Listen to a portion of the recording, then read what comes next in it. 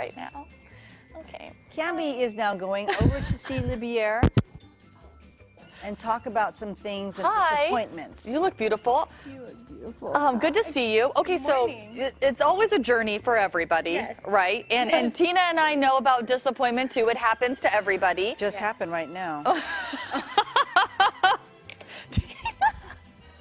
Okay, so you have some life advice to share with people. You know what? Yes, I have some nuggets of information that I have gained through life, and then through the 3 years I've been blogging.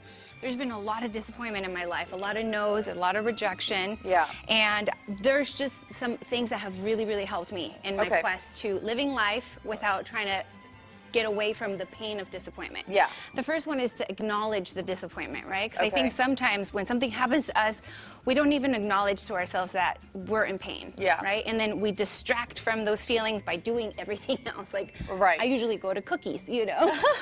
And I want to not do that because I want to just acknowledge to myself what just happened that made me sad or, you know, in pain.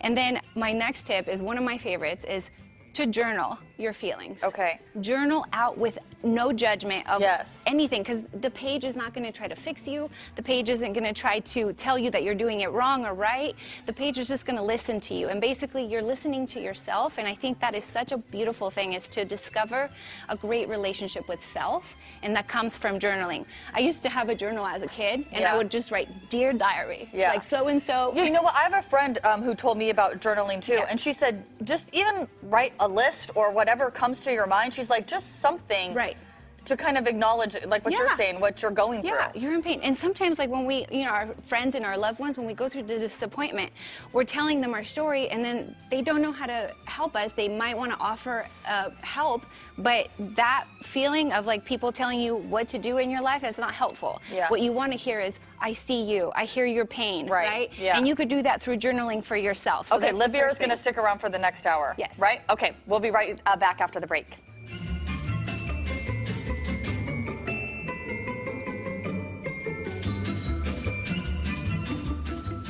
Girl, I'm so sorry.